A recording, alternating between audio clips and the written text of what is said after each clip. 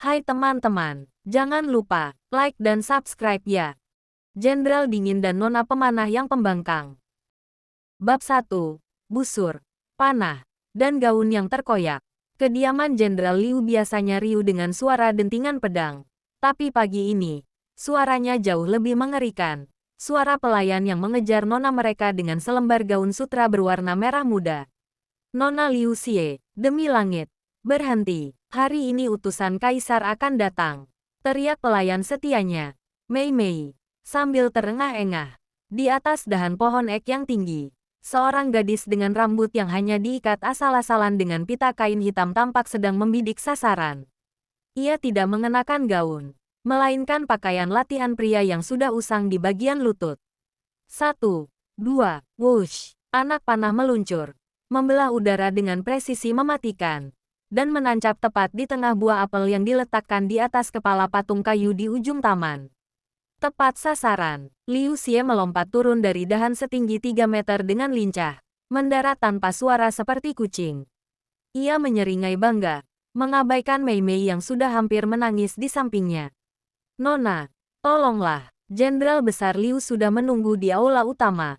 Beliau bilang jika Nona tidak segera memakai gaun ini dan belajar cara menyeduh teh yang benar, beliau akan menyita busur kesayangan Nona, bujuk Mei Mei.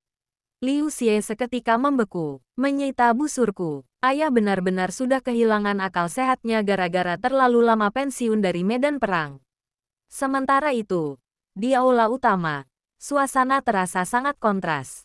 Ayah Liu Xie, Jenderal Liu yang biasanya gahar, kini duduk dengan gelisah sambil mengelap keringat di dahinya. Di hadapannya, duduk seorang pria muda dengan jubah militer berwarna hitam kelam dan bordiran naga perak. Pria itu adalah Jing Zhou. Wajahnya bak pahatan es, tampan, namun sangat datar. Matanya tajam, mencerminkan disiplin militer yang sangat ketat. Ia duduk dengan punggung tegak sempurna, bahkan tidak menyentuh cangkir tehnya sama sekali. Jenderal Liu, suara Jing Zhou rendah dan berwibawa. Kaisar mengirimku ke sini bukan untuk berbasa-basi. Beliau ingin aku menyerahkan gulungan ini secara pribadi sebagai tanda hormat kepada kakekmu. Ah, ya, Jenderal Jing Zhou yang terhormat. Suatu kehormatan bagi keluarga kami, sahut Jenderal Liu gugup. Putriku, Liu Xie, akan segera tiba.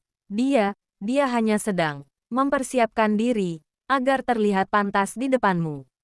Tepat saat kata-kata terlihat pantas keluar dari mulut Jenderal Liu, pintu aula terbuka dengan suara gebrakan yang keras. Brak, seorang gadis masuk dengan wajah belepotan debu, lengan baju yang digulung sebelah, dan membawa seekor ayam jantan di tangan kirinya. Ayah, ayam ini terus saja mematuki sepatuku saat aku sedang latihan. Jadi aku. Suara Liu Xie terhenti, matanya bertemu dengan mata dingin Jing Zhou. Untuk sejenak, aula itu menjadi sangat sunyi. Jing Zhou menatap Liu Xie dari ujung kepala hingga ujung kaki dengan tatapan tidak percaya. Sementara Liu Xie, alih-alih merasa malu, malah menaikkan alisnya dan menatap balik pria itu dengan berani. Siapa pria kaku ini? Ayah, apakah dia patung baru kiriman istana? Tanya Liu Xie tanpa dosa. Jenderal Liu hampir saja pingsan di tempat. Liu Xie, ini Jenderal Jing Zhou, tangan kanan kaisar. Dan dia adalah tunanganmu. Ayam di tangan Liu Xie berkokok keras, seolah mengejek kesialan yang baru saja menimpa majikannya. Bab 2. Bukan teh, tapi tantangan. Keheningan di aula utama terasa begitu pekat sampai-sampai suara kepakan sayap ayam di tangan Liu Xie terdengar seperti guntur. Jenderal Liu sudah menutup wajah dengan kedua tangannya, tidak sanggup melihat reaksi Jing Zhou. Jing Zhou perlahan berdiri, postur tubuhnya yang tinggi menjulang membuat Liu Xie harus sedikit mendongak. Bukannya terintimidasi, Liu Xie justru mempererat cengkeramannya pada kaki ayam itu. Tunangan. Liu Xie mengulang kata itu dengan nada jijik, seolah-olah baru saja mengunyah jahe mentah. Ayah, aku lebih suka menikah dengan sasaran panahku daripada dengan pria yang wajahnya sekaku tembok benteng ini. Jing Zhou tidak berkedip, suaranya keluar dengan sangat tenang, namun menusuk. Nona Liu Xie, percayalah, perasaan kita sama. Aku lebih suka menghabiskan sisa hidupku di perbatasan utara yang membeku daripada harus mengurus seorang wanita yang tidak bisa membedakan aula pertemuan dengan kandang unggas. Kau, Liu Xie melangkah maju. Ayam di tangannya ikut meronta-ronta. Dengar ya, Tuan Jenderal Besar. Aku tidak peduli seberapa banyak medali yang kau punya. Di rumah ini, aku yang membuat aturan. Aturan pertamamu sepertinya adalah membuang harga diri sebagai wanita. Balas Jingzhou dingin. Jaga bicaramu. Liu Xie melepaskan ayamnya, yang langsung lari terbirit-birit menabrak vas bunga mahal, dan meraih busur yang ia sandarkan di pintu. Kau pikir kau hebat karena kau orang kepercayaan Kaisar. Mari kita lihat apakah pedang istanamu itu bisa menandingi anak panahku. Liu Xie, hentikan, teriak Jenderal Liu dengan suara serak.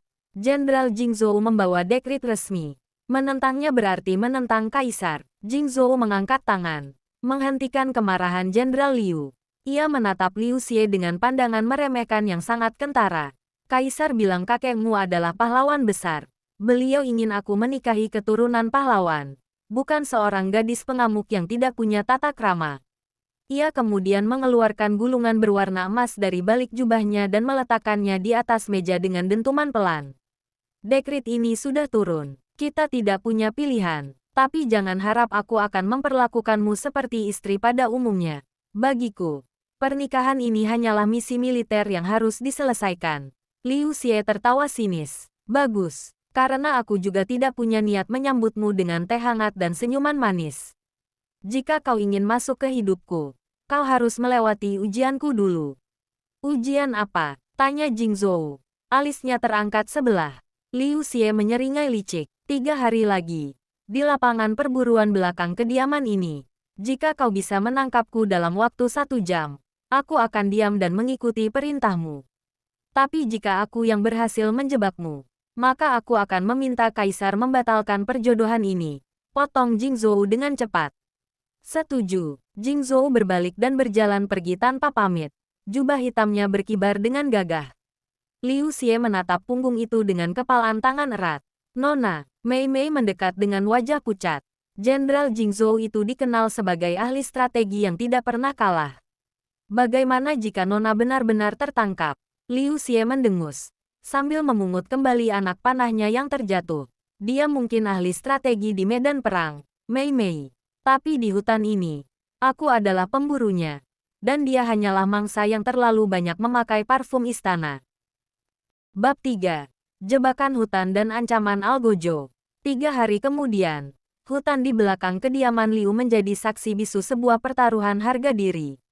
Jingzhou datang tanpa zirah berat, hanya mengenakan pakaian ketat berwarna hitam yang praktis untuk bergerak.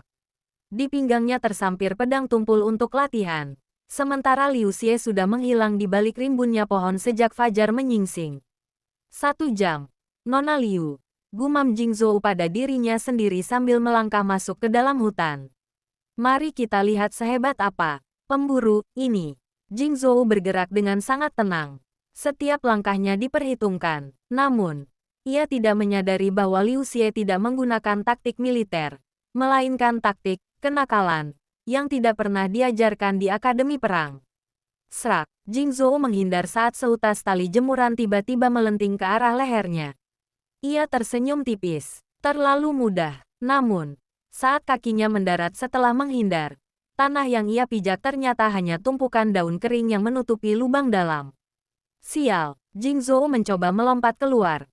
Namun dari atas pohon, sebuah jaring ikan berukuran besar yang sudah diberi pemberat batu jatuh menyergapnya. Jingzhou terperangkap di dalam jaring, tergantung 2 meter di atas tanah. Di hadapannya, Liu Xie muncul dari balik semak-semak sambil mengunyah sebuah apel dengan santai.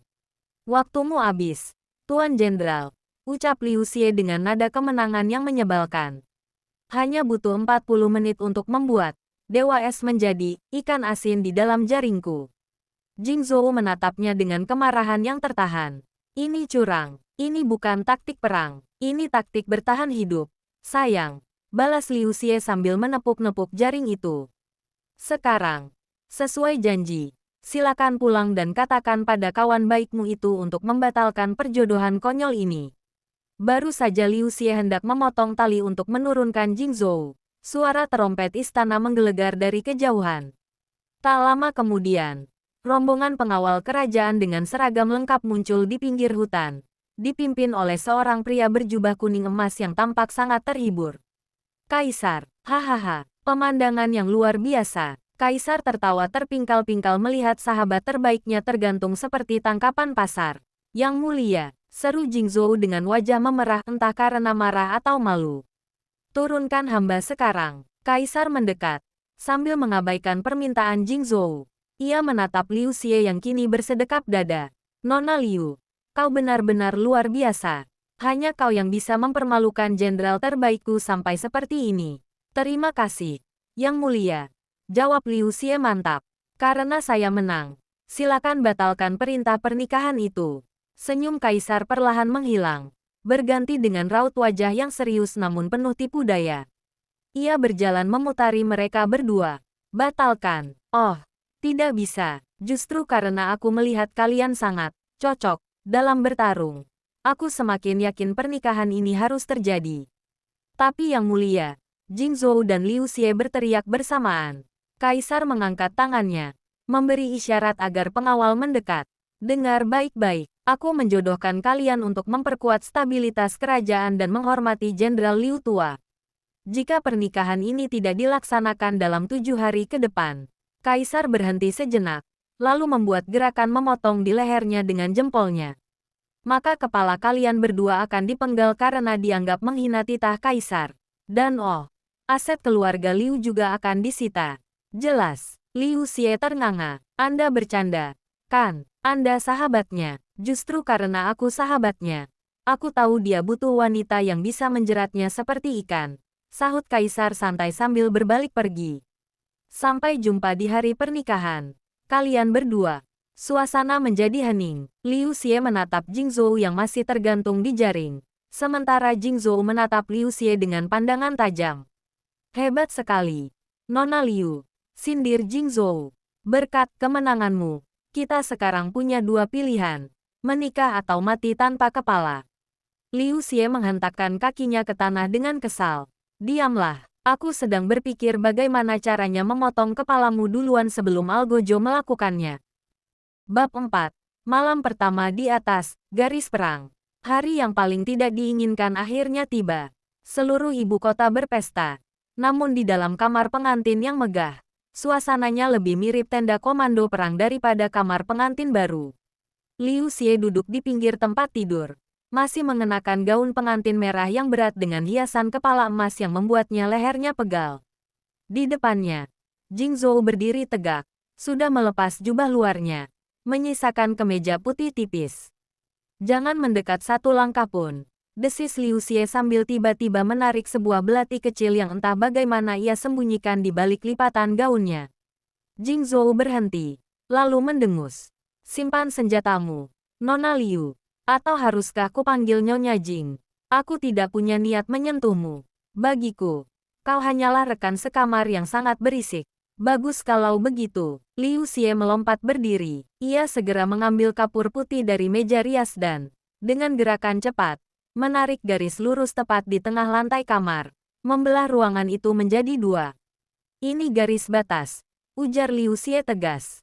Sisi kiri, yang ada tempat tidurnya, adalah wilayah kekuasaanku. Sisi kanan, yang ada meja dan kursi keras itu, adalah wilayahmu. Jika ujung sepatumu melewati garis ini, aku tidak akan segan-segan mengirimmu ke tabib istana esok pagi. Jingzhou menatap garis kapur itu dengan alis berkerut. Kau ingin aku tidur di kursi? Ini rumahku, dan sekarang ini juga rumahku. Balas Liu Xie tak mau kalah. Ingat, kita menikah karena ancaman penggal, bukan karena cinta. Jadi, anggap saja kita sedang dalam misi penyamaran jangka panjang. Jingzhou menghela napas panjang, mencoba meredam emosinya. Ia kemudian mengambil pedangnya yang terletak di atas meja dan meletakkannya di atas garis kapur tersebut sebagai pembatas tambahan. Baik, aku setuju, kata Jingzhou. Tapi ada satu masalah. Besok pagi, bibiku dan utusan kaisar akan datang untuk memeriksa keharmonisan kita. Jika mereka melihat kita tidur terpisah, kepala kita tetap akan melayang. Liu Xie terdiam. Ia baru ingat bahwa di istana, gosip lebih cepat menyebar daripada anak panahnya. Lalu apa maumu? Kita harus berbagi tempat tidur, ucap Jingzhou datar. Tidak akan. Dengar dulu, potong Jingzhou. Kita taruh guling atau tumpukan buku di tengah. Jika kau merasa terancam, simpan saja belatimu di bawah bantal. Aku hanya butuh sandiwara ini terlihat meyakinkan sampai utusan itu pergi. Dengan berat hati dan wajah yang merah padam karena kesal, Liu Xie akhirnya setuju. Malam itu, tempat tidur mewah tersebut dibagi dua dengan barisan bantal sebagai benteng pertahanan. Saat lampu dipadamkan, suasana menjadi sangat canggung. Liu Xie berbaring kaku sambil memeluk belatinya, sementara Jingzhou berbaring dengan mata terbuka, menatap langit-langit. Jenderal, panggil Liu Xie lirih dalam kegelapan. Jika kau berani mendengkur, aku akan menyumpal mulutmu dengan kaos kaki. Jingzhou memejamkan mata, sedikit senyum tipis, yang bahkan ia sendiri tidak sadari, muncul di sudut bibirnya. Tidurlah, nona pengamuk, besok perang yang sebenarnya baru dimulai. Baru saja keheningan melanda, tiba-tiba terdengar suara kerasak-kerusuk dari bawah jendela. Rupanya, beberapa prajurit bawahan Jingzhou atas perintah kaisar yang jahil sedang mencoba mengintip untuk memastikan apakah jenderal mereka benar-benar selamat di malam pertama. Liu Xie dan Jingzhou saling pandang dalam remang cahaya bulan. Mereka tahu, sandiwara harus segera dimulai. Bab 5. Sandiwara pagi dan tamu yang tak diundang. Pagi belum benar-benar pecah. Tapi kediaman Jenderal Jing sudah dikejutkan oleh suara teriakan histeris dari arah taman. Tolong, pencuri, ada penyusup di kamar Jenderal. Ternyata itu adalah suara Mei Mei, yang sudah bersekongkol dengan Liu Xie. Begitu mendengar teriakan itu, para prajurit yang semalaman mengintip di bawah jendela langsung kalang kabut. Pintu kamar pengantin didobrak terbuka oleh Bibi Sun, Bibi Jingzhou yang sangat disiplin dan bermulut tajam, bersama rombongan pelayan istana. Jingzhou, apa yang terjadi? Teriak Bibi Sun. Pemandangan di dalam kamar sungguh di luar dugaan. Bukan adegan romantis yang mereka temukan, melainkan kekacauan total. Liu Xie terlihat sedang berdiri di atas tempat tidur dengan rambut acak-adakan, memegang busur panah yang sudah siap dilesatkan. Sementara Jingzhou, dengan baju yang hanya dikancingkan setengah, sedang memegang bantal yang sudah koyak dan bulunya berhamburan kemana-mana. Di mana dia? Teriak Liu Xie dengan akting yang sangat meyakinkan. Aku melihat bayangan lewat di jendela. Berani-beraninya dia mengganggu waktu istirahatku dengan suamiku. Jingzhou berdeham, mencoba menahan tawa melihat wajah kaget bibinya. Ia segera merangkul pinggang Liu Xie, sebuah gerakan yang membuat Liu Xie hampir saja menusuk perut Jingzhou dengan sikunya.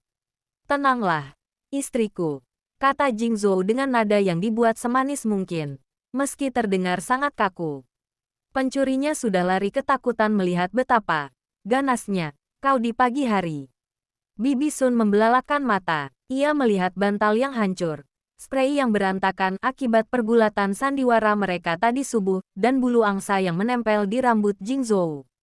Jadi, teriakan itu karena ada pencuri, bukan karena kalian sedang bertengkar, tanya Bibi Sun penuh selidik.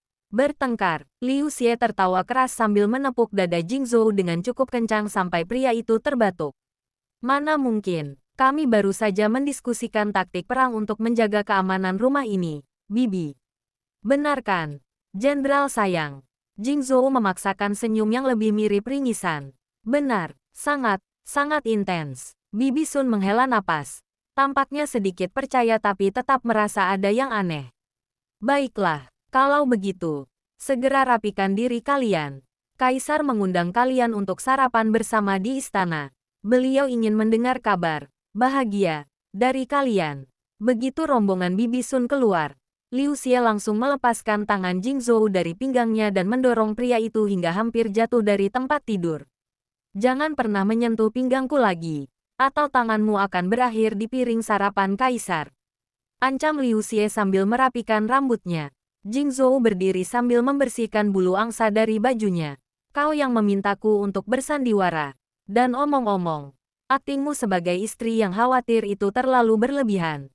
Kau hampir saja memanah kepala pengawal istana di luar. Itu namanya totalitas. Balas Liu Xie. Sekarang cepat bersiap. Kita harus menghadapi Kaisar. Jika dia tahu kita berbohong, kepala kita tetap akan dipenggal. Ingat, di istana, Kaisar sudah menunggu dengan senyum licik. Di atas meja makan, bukan hanya tersedia makanan lezat, tapi juga sebuah busur raksasa dan 2 buah piala perak. Selamat pagi, pasangan pengantin baru. Seru Kaisar. Aku mendengar ada keributan menarik di kediaman jenderal pagi ini. Untuk merayakannya, aku ingin kalian melakukan satu hal untukku sebelum sarapan. Liu Xie dan Jing Zhou saling pandang. Mereka punya firasat buruk. Kalian berdua harus memanah sasaran di ujung kolam itu secara bersamaan. Hanya dengan satu busur besar ini. Perintah Kaisar. Jika kalian tidak selaras, itu artinya kalian tidak berjodoh. Dan kalian tahu apa konsekuensi bagi pembohong di depanku, kan? Liu Xie menelan ludah. Menggunakan satu busur untuk 2 orang. Itu artinya mereka harus berdiri sangat dekat. Bahkan saling berpelukan untuk menjaga keseimbangan. Bab 6. Satu busur, 2 nyawa. Liu Xie menatap busur raksasa di tangan pengawal Kaisar dengan tatapan horor. Busur itu terbuat dari kayu hitam yang sangat berat dan kuat. Butuh tenaga 2 orang dewasa hanya untuk menarik talinya sampai penuh. Satu busur untuk berdua, bisik Liu Xie ke arah Jing Zhou. Yang mulia benar-benar ingin kita mati konyol sebelum sempat sarapan. Jing Zhou tetap tenang, meski rahangnya mengeras. Ini bukan sekadar tes memanah. Liu Xie, ini tes koordinasi. Jika kita tidak sinkron, anak panahnya akan melenceng. Dan Kaisar akan punya alasan untuk mengirim kita ke penjara bawah tanah. Kaisar menyesap tehnya dengan santai. Ayo, Jenderal, Nona Liu, tunjukkan pada kami betapa menyatunya kalian. Jing Zhou melangkah maju dan mengambil busur itu. Ia berdiri di belakang Liu Xie. Posisi yang sangat dekat hingga Liu Xie bisa merasakan napas pria itu di tengkuknya. Apa yang kau lakukan? Desis Liu Xie. Tubuhnya menegang. Diam dan pegang bagian tengah busurnya. Perintah Jing Zhou rendah. Aku akan memegang tanganmu. Fokus pada sasaran. Jangan fokus padaku. Liu Xie terpaksa menurut. Ia menggenggam busur itu. Dan sedetik kemudian, tangan besar Jing Zhou yang kasar namun hangat menangkup tangannya. Liu Xie merasa jantungnya berdegup lebih kencang dari biasanya. Mungkin karena marah.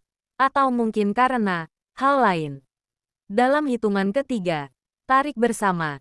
Instruksi Jing Zhou tepat di telinga Liu Xie. 1. Mereka menarik tali busur yang sangat berat itu. Otot lengan mereka sama-sama menegang. 2. Liu Xie mengatur napas. Mencoba menyelaraskan ritme napasnya dengan Jing Zhou. Anehnya, meski mereka sering bertengkar, di momen ini gerak tubuh mereka terasa sangat alami satu sama lain. 3. Zelap. Anak panah besar itu melesat membelah udara. Membawa kekuatan gabungan dari seorang jenderal besar dan seorang pemanah ulung. Hasilnya, anak panah itu menghantam sasaran tepat di tengah. Bahkan saking kuatnya, sasaran kayu itu pecah menjadi 2. Para pengawal istana bersorak. Sementara Kaisar bertepuk tangan dengan raut wajah puas. Luar biasa, ternyata ancaman hukuman mati memang bumbu cinta yang paling mujarab. Canda Kaisar sambil tertawa lebar. Baiklah, kalian berdua selamat. Mari sarapan. Saat mereka berjalan menuju meja makan, Liu Xie dengan cepat menarik tangannya dan berjalan agak menjauh. Wajahnya sedikit merona, bukan akting yang buruk. Jenderal, gumam Liu Xie tanpa menoleh. Itu bukan akting. Itu strategi. Balas Jing Zhou datar. Walau sebenarnya ia juga sedikit terkejut dengan betapa pasnya tangan Liu Xie di dalam genggamannya. Namun, ketenangan mereka tidak bertahan lama. Saat mereka baru saja duduk, seorang utusan dari perbatasan masuk dengan tergesa-gesa dan berlutut di hadapan Kaisar. Yang mulia, laporan darurat. Kelompok pemberontak, bayangan hitam, mulai menyerang desa-desa di perbatasan barat. Mereka menculik warga dan menantang militer kita. Mata Jing Zhou seketika berubah tajam. Mode jenderal tempurnya aktif. Ia langsung berdiri. Yang mulia, izinkan hamba berangkat sekarang juga. Kaisar mengangguk. Lalu pandangannya beralih ke Liu Xie yang tampak sangat bersemangat mendengar kata, perang. Jenderal Jing, ambillah pasukanmu. Dan karena kalian adalah pasangan yang sangat selaras, aku memerintahkan Liu Xie untuk ikut bersamamu sebagai perwira pemanah. Liu Xie hampir melompat kegirangan. Benarkah? Yang mulia, tapi yang mulia. Medan perang sangat berbahaya untuk Jingzhou mencoba memprotes. Namun Liu Xie memotongnya.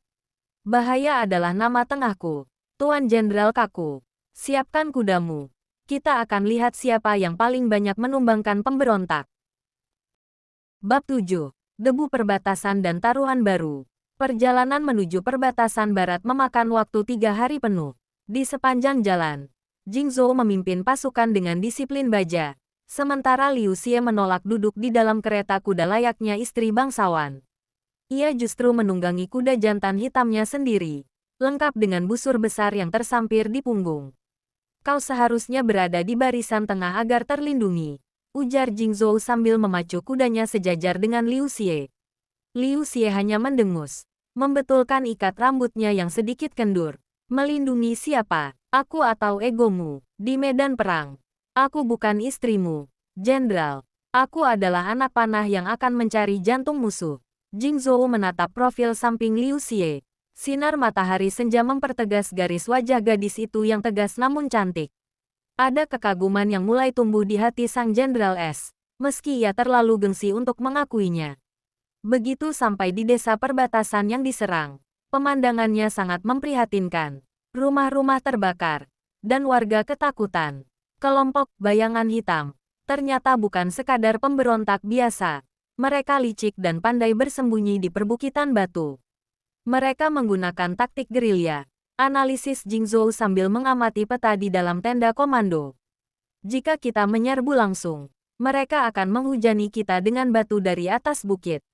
Liu Xie, yang sedang asyik memeriksa ketajaman anak panahnya, menyeringai. Gunakan aku sebagai umpan. Jingzhou langsung menoleh tajam. Tidak, itu terlalu berisiko. Dengar dulu, Tuan Kaku. Liu Xie mendekat ke meja peta. Mereka tahu kau adalah jenderal besar. Mereka menunggumu melakukan gerakan militer formal. Tapi mereka tidak tahu siapa aku. Aku akan masuk melalui celah tebing di sisi utara sendirian. Sendirian? Kau gila. Aku akan memancing pemimpin mereka keluar. Begitu mereka fokus padaku, kau pimpin pasukan berkuda untuk mengepung dari belakang. Jika kau setuju, mari kita bertaruh lagi. Tantang Liu Xie dengan mata berbinar. Jingzhou terdiam sejenak. Taruhan apa kali ini? Jika aku berhasil menangkap pemimpin mereka hidup-hidup, kau harus mengizinkanku memelihara ayam jantan di dalam kamar kita di ibu kota nanti. Jingzhou memijat pelipisnya, dan jika kau gagal dan malah harus kuselamatkan, maka aku akan mencoba belajar menyulam selama 1 bulan penuh tanpa mengeluh. Jawab Liu Xie sambil bergidik ngeri membayangkan jarum sulam. Kesepakatan tercapai, ujar Jingzhou. Tapi ingat satu hal, Liu Xie, jangan sampai kau mati. Aku tidak mau menjelaskan pada Kaisar kenapa aku pulang membawa janda sebelum benar-benar merasakan jadi suami. Liu Xie tertawa keras sambil menepuk bahu Jingzhou. Tenang saja, Jenderal, aku punya 9 nyawa. Malam itu, operasi dimulai. Liu Xie bergerak seperti bayangan, memanjat tebing batu yang curam dengan tangan kosong. Di atas sana, pemimpin pemberontak sedang tertawa merayakan hasil jarahan mereka. Siapa di sana? Teriak salah satu penjaga saat mendengar suara ranting patah. Liu Xie muncul dari kegelapan. Bukan dengan senjata, melainkan dengan gaya sombongnya. Hanya seorang wanita yang tersesat, dan ingin mengambil kembali apa yang kalian curi. Para pemberontak tertawa meremehkan, tidak menyadari bahwa di kejauhan, di bawah bayang-bayang lembah, Jingzhou sudah menyiapkan pasukannya dengan tombak yang berkilau di bawah cahaya bulan. Matanya tidak sedetik pun lepas dari sosok Liu Xie di atas sana. Apakah strategi nekat Liu Xie akan berhasil? Ataukah Jingzhou harus mengorbankan strateginya demi? Bab 8. Duel di puncak dan kekacauan tak terduga. Pemimpin pemberontak, seorang pria bertubuh raksasa dengan bekas luka di wajahnya yang dikenal sebagai si macan hitam, melangkah maju. Ia tertawa terbahak-bahak melihat Liu Xie yang berdiri sendirian di tengah kepungan anak buahnya. Jenderal Jingzhou benar-benar sudah kehabisan prajurit sampai harus mengirim seorang gadis cantik untuk menyerahkan nyawa. Ejek si macan hitam. Liu Xie menyeringai. Tangan kanannya perlahan merayap ke belakang punggung, meraih gagang busurnya. Cantik, terima kasih. Tapi aku tidak datang untuk menyerahkan nyawa. Aku datang untuk menjemput kepalamu. Atau minimal, ayam jantan yang kau curi dari desa bawah. Serang dia, teriak si macan hitam. 10 orang anak buahnya merangsek maju. Namun, Liu Xie bukan wanita biasa. Ia melakukan salto ke belakang. Dan dalam satu gerakan yang sangat cepat, 3 anak panah sudah melesat dari busurnya. Jilep, jilep, jilep. 3 pemberontak tumbang dengan anak panah menancap di kaki mereka. Liu Xie tidak ingin membunuh jika tidak perlu. Ia lebih suka melihat mereka merangkak kesakitan. Sementara itu, di kaki tebing, Jingzhou menyaksikan kilatan anak panah di atas sana. Jantungnya berdegup kencang. Sesuatu yang jarang ia rasakan bahkan di tengah perang besar sekalipun. Jenderal, perintah Anda, tanya wakil komandannya. Sekarang, kepung mereka dari jalur belakang. Perintah Jingzhou. Ia memacu kudanya mendaki jalur setapak dengan kecepatan gila. Dalam hatinya, ia menggerutu. Wanita itu, jika dia lecet sedikit saja, aku akan menghancurkan seluruh gunung ini. Kembali ke puncak tebing. Liu Xie kini berhadapan langsung dengan si macan hitam. Pria itu mengayunkan kapak besarnya, menghancurkan batu tempat Liu Xie berdiri sesaat sebelumnya. Kau lincah juga, kancil kecil, geram si pemimpin, dan kau lambat seperti kura-kura tua, balas Liu Xie. Namun, saat ia hendak menarik anak panah terakhirnya, talinya tersangkut pada hiasan baju pengantin yang, sialnya, masih ada yang menempel di ikat pinggangnya. Sialan, baju istana ini benar-benar membawa sial. Umpat Liu Xie. Si macan hitam melihat celah itu dan mengayunkan kapaknya. Liu Xie terdesak ke pinggir jurang. Tepat saat kapak itu akan menghujam, sebuah pedang perak menangkisnya dengan dentuman logam yang keras. Kring, Jingzhou muncul, berdiri di depan Liu Xie dengan posisi melindungi. Jubah hitamnya berkibar ditiup angin kencang puncak gunung.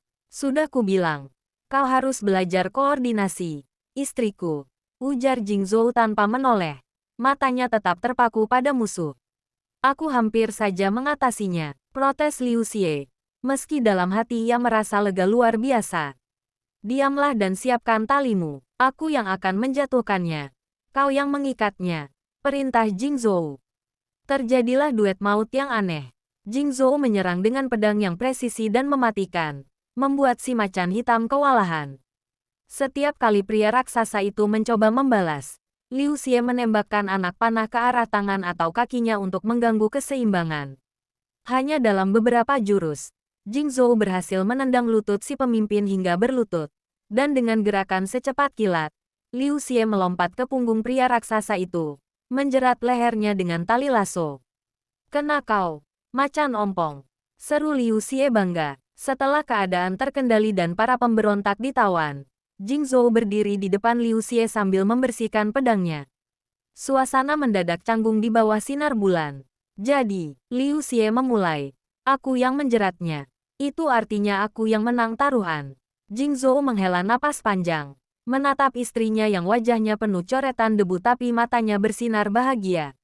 Ya, kau boleh memelihara ayam itu di kediaman kita. Tapi jika dia berkokok sebelum matahari terbit, maka kau yang harus memberinya makan. Potong Liu Xie sambil tertawa. Jingzhou terdiam sejenak, lalu tangannya terangkat. Untuk pertama kalinya, ia mengusap debu di pipi Liu Xie dengan lembut. Kau bertarung dengan baik hari ini, Liu Xie. Liu Xie terpaku. Sentuhan itu tidak dingin seperti reputasi Dewa Es, suaminya. Justru terasa hangat. Tentu saja, aku kan anak Jenderal Liu. Jawab Liu Xie gagap, mencoba menyembunyikan rona merah di wajahnya.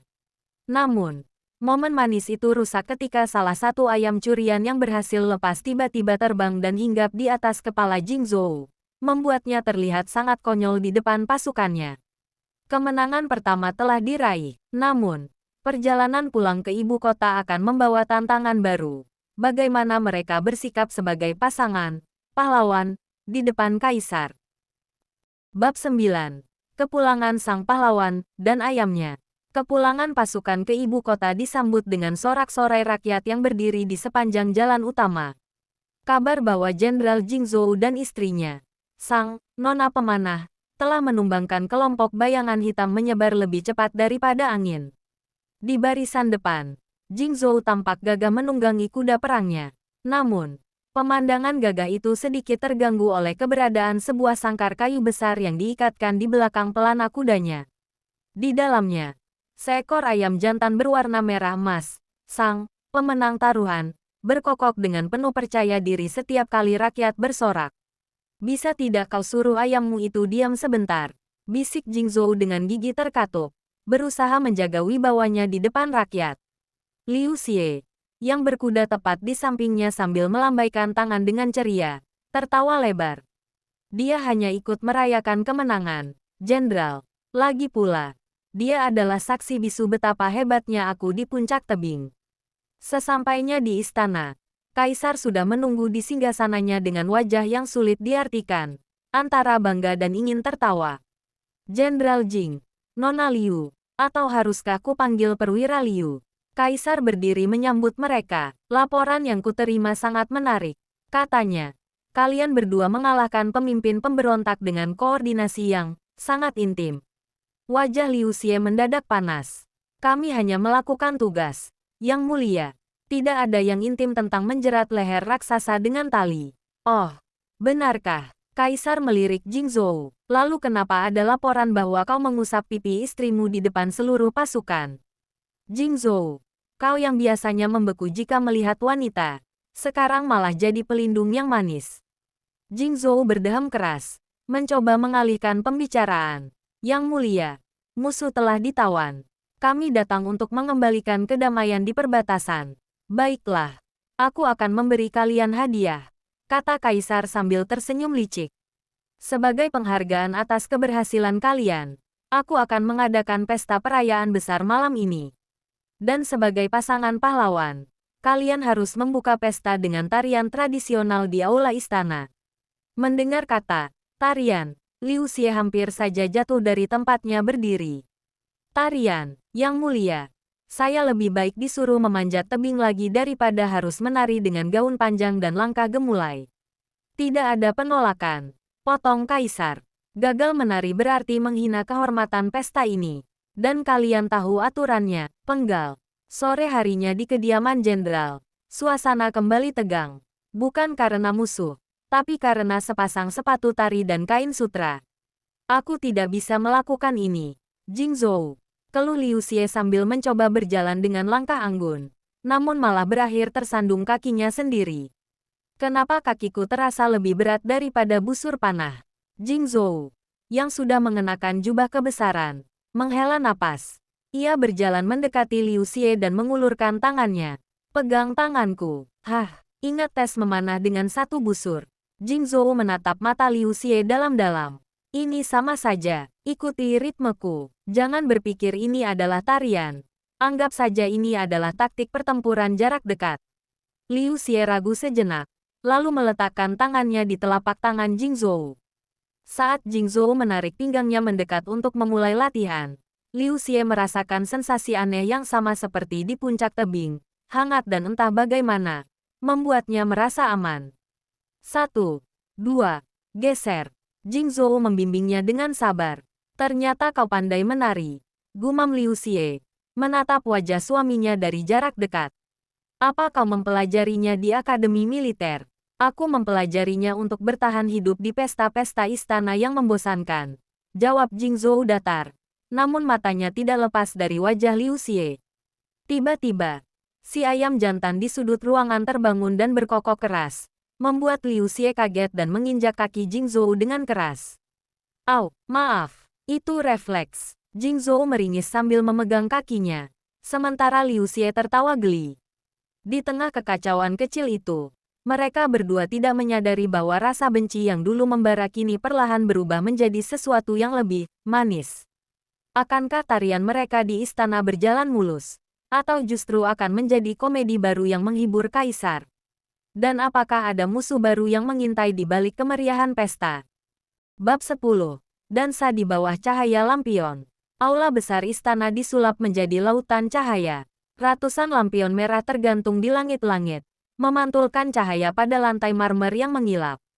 Para pejabat dan bangsawan berbisik-bisik, menantikan kemunculan pasangan pahlawan yang paling dibicarakan seantero negeri. Ingat, bisik Jingzhou saat mereka berdiri di balik tirai besar. Jangan menginjak kakiku lagi. Aku ingin pulang dengan 10 jari kaki yang utuh. Liu Xie menghela napas, merasa tercekik oleh gaun sutra berlapis-lapis yang dipaksakan Bibi Sun padanya. Aku tidak janji, sepatu ini punya nyawanya sendiri. Jingzhou, mereka ingin mencelakaimu. Musik dimulai. Suara petikan kecapi yang lembut mengalun, memberi isyarat bagi mereka untuk masuk. Tirai terbuka, dan seluruh ruangan seketika hening. Liu Xie tampak memukau. Rambutnya yang biasa diikat asal-asalan kini disanggul rapi dengan tusuk konde emas berbentuk burung phoenix.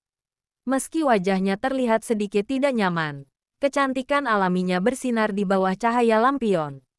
Jingzhou, di sisi lain, tampak seperti dewa perang yang turun dari langit dengan jubah biru gelap yang elegan. Mereka melangkah ke tengah aula. Jingzhou meletakkan tangannya di pinggang Liu Xie, kali ini tanpa protes. Liu Xie meletakkan tangannya di bahu Jingzhou. Ikuti aku, bisik Jingzhou rendah. Mereka mulai berputar. Awalnya, gerakan Liu Xie kaku, seperti prajurit yang sedang melakukan baris berbaris. Namun, setiap kali ia hampir kehilangan keseimbangan, tangan Jingzhou di pinggangnya mengencang, memberinya tumpuan. Kau melakukannya dengan baik, puji Jingzhou pelan, menatap langsung ke mata Liu Xie. Jangan bicara, kau membuatku kehilangan fokus, balas Liu Xie, meski wajahnya mulai memerah. Tiba-tiba, musik berubah menjadi lebih cepat. Ini adalah bagian yang paling sulit. Mereka harus berputar dengan cepat dan melakukan gerakan melompat kecil. Liu Xie, yang memiliki kelincahan seorang petarung, justru merasa lebih mudah di bagian ini. Ia berputar dengan anggun. Kain gaunnya berkibar seperti kelopak bunga yang mekar. Tanpa sadar, mereka berdua mulai tersenyum. Bukan senyum sandiwara untuk kaisar, tapi senyum tulus. Di tengah putaran itu, dunia seolah menghilang. Tidak ada ancaman hukuman mati. Tidak ada pemberontak. Hanya ada detak jantung yang selaras. Namun, bukan Liu Xie namanya jika tidak ada kejadian konyol. Di puncak tarian, saat Jingzhou harus mengangkat Liu Xie sedikit ke udara, salah satu tusuk konde emas Liu Xie yang berat tiba-tiba terlepas. Tusuk konde itu meluncur terbang dan, pluk, masuk tepat ke dalam cangkir anggur milik seorang pejabat tua yang sedang asyik menonton. Pejabat itu tersedak, sementara Liu Xie yang masih dalam pelukan Jingzhou hanya bisa meringis malu.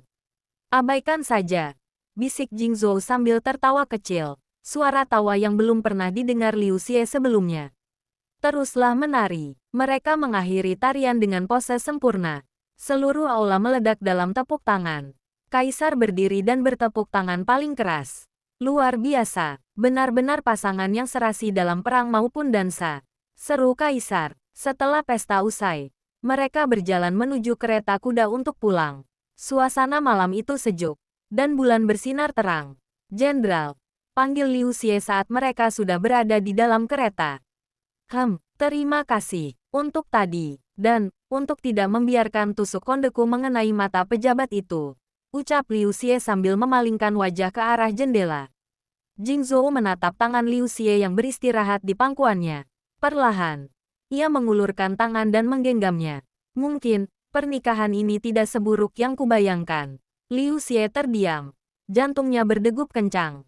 Ia tidak menarik tangannya. Ya, setidaknya aku punya teman latihan tanding yang cukup tangguh. Namun, saat suasana sedang manis-manisnya, dari arah rumah mereka terdengar suara keributan. Rupanya, ayam jantan kesayangan Liu Xie berhasil lepas dari sangkar dan sekarang sedang dikejar-kejar oleh seluruh penjaga rumah karena mencoba masuk ke gudang senjata. Ayamku, teriak Liu Xie, langsung melompat keluar dari kereta bahkan sebelum berhenti sempurna, meninggalkan romansa yang baru saja tumbuh demi seekor unggas. Jingzhou hanya bisa menghela napas, menyandarkan kepalanya di sandaran kursi. Sepertinya hidupku memang tidak akan pernah tenang lagi. Apakah kehidupan rumah tangga mereka akan berjalan damai dengan kehadiran si ayam jantan? Dan rahasia apa yang disembunyikan kakek Liu Xie yang membuat kaisar bersikeras menjodohkan mereka? Bab 11. Rahasia di balik pedang kuno. Pagi hari di kediaman Jenderal Jing dimulai dengan kekacauan standar. Liu Xie mengejar ayamnya yang membawa lari ikat rambut Jing Zhou. Sementara para pelayan sibuk membersihkan taman yang berantakan. Namun, suasana ceria itu berubah saat seorang kurir dari kediaman lama keluarga Liu datang membawa sebuah kotak kayu hitam yang tampak sangat tua.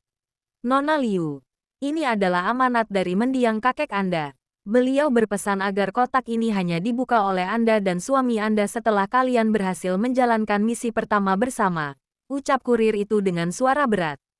Liu Xie menghentikan pengejarannya. Ia dan Jing Zhou segera membawa kotak itu ke ruang kerja pribadi. Dengan hati-hati, Liu Xie membuka kuncinya. Di dalamnya, tergeletak sebuah pedang pendek yang sudah berkarat, namun di gagangnya tertanam sebuah permata biru yang aneh. Di bawah pedang itu, ada sebuah surat dengan tulisan tangan kakek Liu yang gagah. Isi surat kakek Liu, asteris untuk cucuku yang paling bandel, Liu Xie, dan suamimu yang kaku, Jing Zhou. Jika kalian membaca ini, berarti kalian belum saling membunuh satu sama lain, setidaknya untuk saat ini.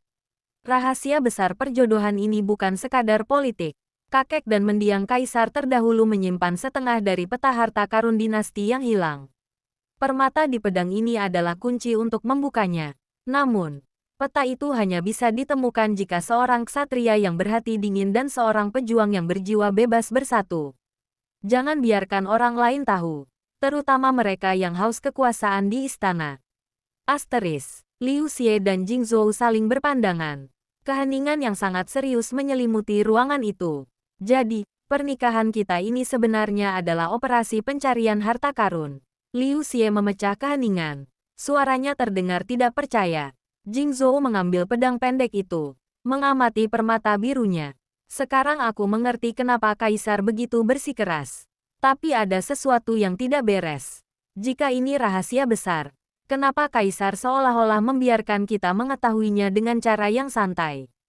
Mungkin karena musuh sudah mulai bergerak, sahut Liu Xie tajam. Ia menunjuk ke jendela. Di sana, seekor burung merpati hitam, bukan burung pengirim pesan biasa, terbang rendah dan hinggap di pagar.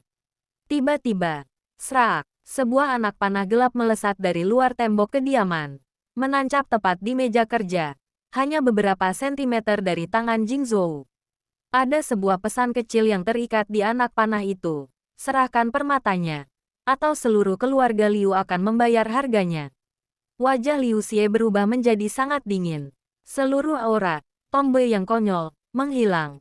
Digantikan oleh naluri membunuh anak seorang jenderal besar. Mereka mengincar keluargaku. Jing Zhou berdiri, menggenggam pedang pendek itu dengan kuat. Mereka salah memilih lawan. Mereka pikir mereka mengincar seorang wanita lemah dan seorang jenderal yang terkekang protokol. Apa rencanamu, Jenderal? Tanya Liu Xie, sambil meraih busurnya yang selalu ada di dekatnya. Jing Zhou menatap Liu Xie dengan pandangan yang sekarang penuh dengan rasa percaya. Kita akan melakukan apa yang paling kita kuasai. Kita akan memancing mereka keluar. Tapi kali ini, tidak ada garis batas di lantai kamar. Kita satu tim. Setuju. Liu Xie menyeringai licik. Tapi jika kita menemukan emasnya, aku ingin bagian untuk membangun sekolah bela diri bagi para wanita. Dan aku ingin bagian untuk pensiun dini dan tidak perlu lagi menari di istana. Balas Jing Zhou dengan sedikit humor di matanya. Namun, di balik tembok kediaman, beberapa bayangan hitam mulai bergerak mendekat. Musuh kali ini bukan sekadar pemberontak amatir, melainkan pembunuh bayaran tingkat tinggi yang dikirim oleh pihak yang sangat dekat dengan tahta. Siapakah pengkhianat di istana yang menginginkan permata itu? Dan mampukah Liu Xie dan Jing Zhou melindungi rahasia kakek mereka sambil tetap menjaga kewarasan rumah tangga mereka? Bab 12. Serangan di tengah malam. Malam itu, kediaman Jenderal Jing tampak sunyi senyap. Namun di balik jendela-jendela yang tertutup, ada ketegangan yang memuncak. Liu Xie dan Jing Zhou tidak tidur. Mereka duduk berhadapan di ruang tengah, hanya diterangi sebatang lilin yang hampir habis. Mereka akan datang lewat atap, bisik Liu Xie sambil mengoleskan minyak pada tali busurnya. Itu jalur paling cepat untuk masuk tanpa memicu alarm di gerbang depan. Aku sudah menempatkan prajurit terbaikku di luar, tapi mereka tidak akan ikut campur kecuali aku memberi aba-aba, sahut Jingzhou.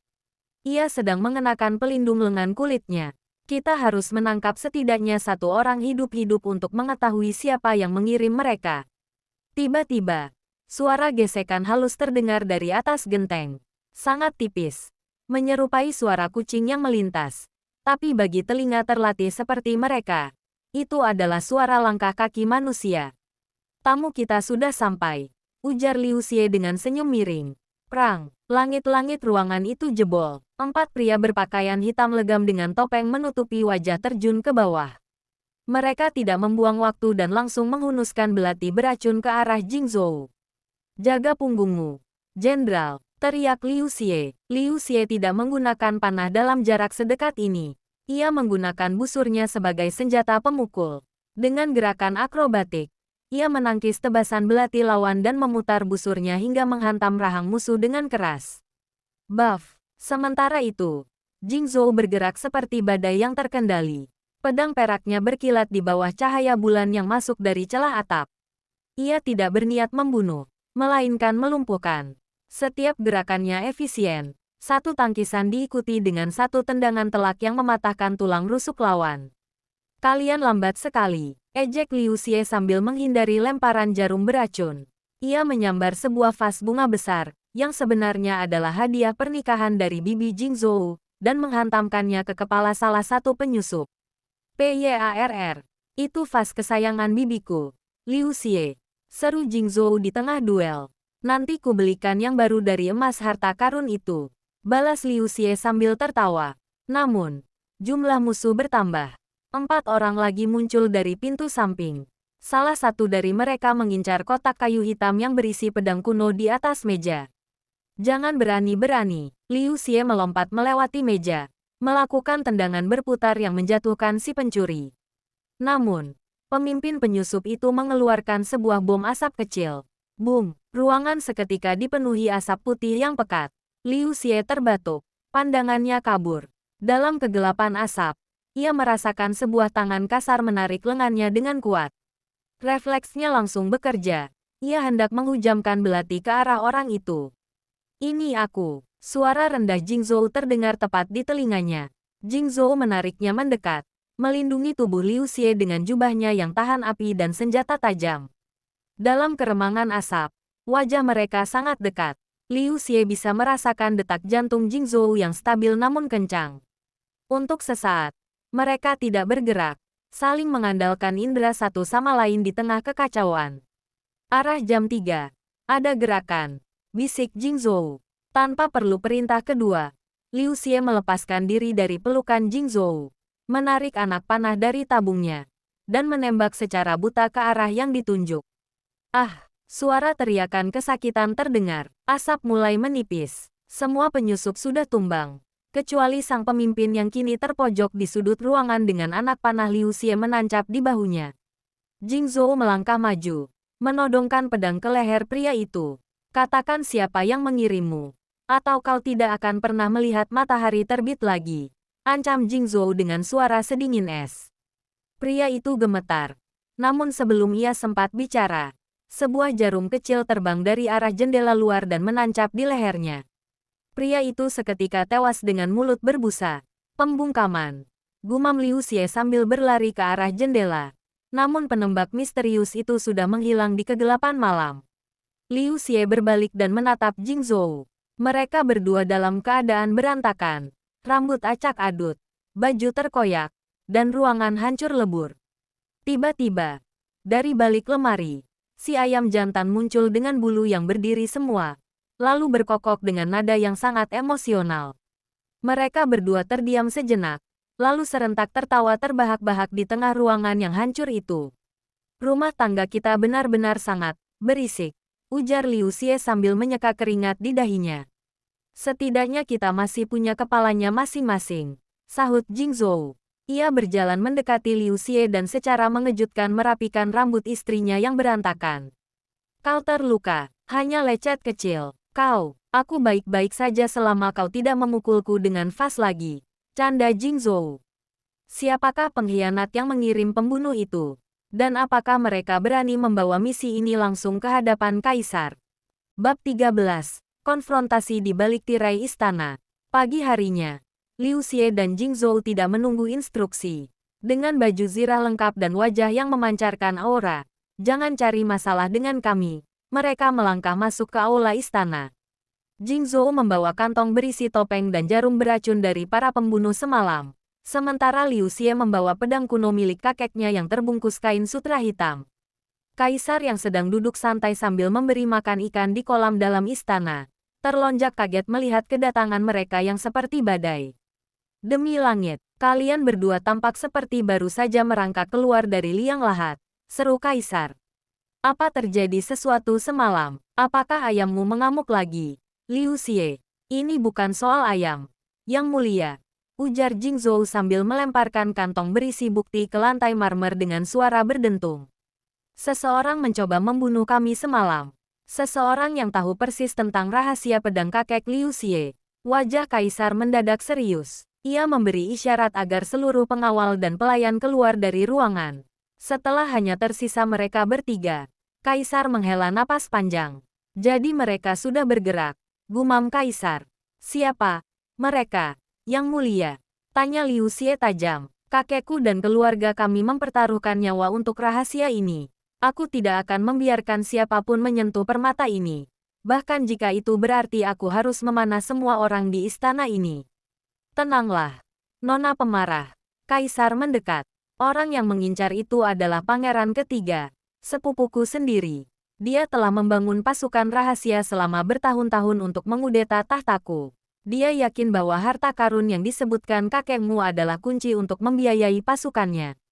Jingzhou mengerutkan kening. Pangeran ketiga, dia yang selalu tampak lemah dan hobi membaca puisi itu. "Itu hanya kedok," jawab Kaisar. "Dia licik. Dan sekarang, setelah kalian selamat dari serangan semalam, dia pasti akan melakukan langkah yang lebih nekat." Tiba-tiba, suara riuh terdengar dari luar. Seorang kasim berlari masuk dengan wajah pucat pasi. "Yang Mulia, gawat, pangeran ketiga telah mengepung istana dengan dalih melindungi Yang Mulia dari Jenderal Jingzhou yang dituduh melakukan pemberontakan." Liu Xie tertawa sinis. Ia langsung menghunuskan pedang kunonya. Walaupun karatan, permata biru di gagangnya tiba-tiba bersinar redup saat bersentuhan dengan amarahnya. "Dia menuduh suamiku memberontak. Baiklah. Kalau dia ingin melihat pemberontakan yang nyata, aku akan memberikannya." Jingzhou menatap Liu Xie, lalu menatap Kaisar. "Yang Mulia, tetaplah di sini. Kami akan menyelesaikan puisi pangeran ketiga ini dengan cara kami sendiri." Di depan gerbang istana, pangeran ketiga berdiri dengan angkuh di atas kudanya, dikelilingi ratusan prajurit. "Serahkan Jenderal Jingzhou dan istrinya. Mereka telah mencuri rahasia negara," teriaknya. Pintu gerbang istana terbuka perlahan. Bukannya pasukan besar. Yang muncul hanya 2 orang, Jingzhou dengan pedang peraknya, dan Liu Xie yang sudah berdiri di atas gerbang tembok istana dengan busur panahnya yang legendaris. "Pangeran," teriak Liu Xie dari ketinggian. "Aku punya puisi untukmu, anak panah terbang, mengenai hidungmu. Kalau kau tidak pergi, kepalamu akan jadi pajangan di pintu." "Bagaimana? Bagus kan?" Pangeran ketiga memerah wajahnya. "Serang mereka, Jingzhou. Sekarang," seru Liu Xie. Jingzhou melesat maju seperti kilat, menerjang barisan depan pasukan pangeran sendirian. Sementara itu, dari atas tembok, Liu Xie menunjukkan kehebatannya. Ia tidak menembak untuk membunuh prajurit biasa, melainkan menembak tali kekang kuda, ikat pinggang, dan helm para komandan musuh dengan akurasi yang mustahil. Kekacauan pecah. Prajurit pangeran kaget karena celana mereka melorot atau helm mereka tiba-tiba menutupi mata akibat anak panah Liu Xie. Di tengah kekacauan itu, Jingzhou berhasil mencapai pangeran ketiga. Dengan satu gerakan tangan yang kuat, ia menarik pangeran dari kudanya dan menodongkan pedang ke lehernya. "Perangmu berakhir di sini, pangeran," ujar Jingzhou dingin. Liu Xie melompat turun dari tembok setinggi 5 meter, mendarat dengan gaya yang sangat keren tepat di samping Jingzhou. Ia meniup ujung busurnya yang masih panas. Sepertinya, Liu Xie menatap pangeran yang ketakutan. Harta karun kakekku tidak akan jatuh ke tangan pria yang bahkan tidak bisa menjaga keseimbangan di atas kuda. Setelah pangeran ketiga ditangkap, Kaisar keluar dengan wajah lega. Namun, ada satu masalah. Permata biru di pedang kuno itu tiba-tiba terlepas dan menggelinding ke arah Liu Xie dan Jingzhou. Saat mereka berdua menyentuhnya secara bersamaan untuk mengambilnya, permata itu bersinar terang, memancarkan proyeksi sebuah peta cahaya di lantai istana. Peta itu tidak menunjukkan emas atau perak, melainkan sebuah lokasi rahasia di sebuah lembah tersembunyi yang tertulis, tempat kedamaian abadi. Itu bukan harta emas, gumam Liu Xie sambil membaca tulisan kuno di peta cahaya itu. Itu adalah lokasi gudang senjata legendaris dan lumbung pangan darurat yang dibangun kakek untuk masa sulit kerajaan. Jingzhou menatap Liu Xie. Harta yang paling berharga untuk seorang jenderal adalah cara untuk mencegah kelaparan dan kekalahan pasukannya. Kaisar tersenyum. Kalian telah menemukannya, dan kalian telah membuktikan bahwa kalian adalah penjaga yang tepat. Beberapa bulan kemudian, kehidupan di kediaman jenderal kembali normal. Liu Xie masih sering memanjat atap, dan Jingzhou masih kaku seperti biasa. Namun, kini ada satu perubahan. Di taman rumah, mereka berdua duduk bersama. Jingzhou sedang mencoba dengan sangat payah memberikan makan pada ayam jantan kesayangan istrinya. Sementara Liu Xie sedang mencoba menyulam sebuah sapu tangan dengan gambar sebuah anak panah bengkok. Kau tahu, Jingzhou, ujar Liu Xie sambil menusuk jarinya sendiri untuk ke-10 kalinya. Pernikahan ini ternyata lebih seru daripada duel memanah. Jingzhou menatap istrinya, lalu menarik tangan Liu Xie yang terluka dan mengecupnya pelan. Sebuah gerakan yang membuat Liu Xie membeku seketika. Aku setuju, jawab Jingzhou dengan senyum tipis yang tulus. Selama kau tidak keberatan jika setiap hari adalah medan perang baru bagiku untuk memenangkan hatimu. Liu Xie tertawa. Wajahnya semerah lampion istana. Ia menyandarkan kepalanya di bahu Jingzhou. Siapkan dirimu, Jenderal. Aku adalah musuh yang sangat sulit ditaklukkan. Dan di bawah sinar matahari sore, sang jenderal dingin dan nona pemanah itu akhirnya menemukan harta karun mereka yang sebenarnya, satu sama lain. Bab 13. Cahaya yang memandu.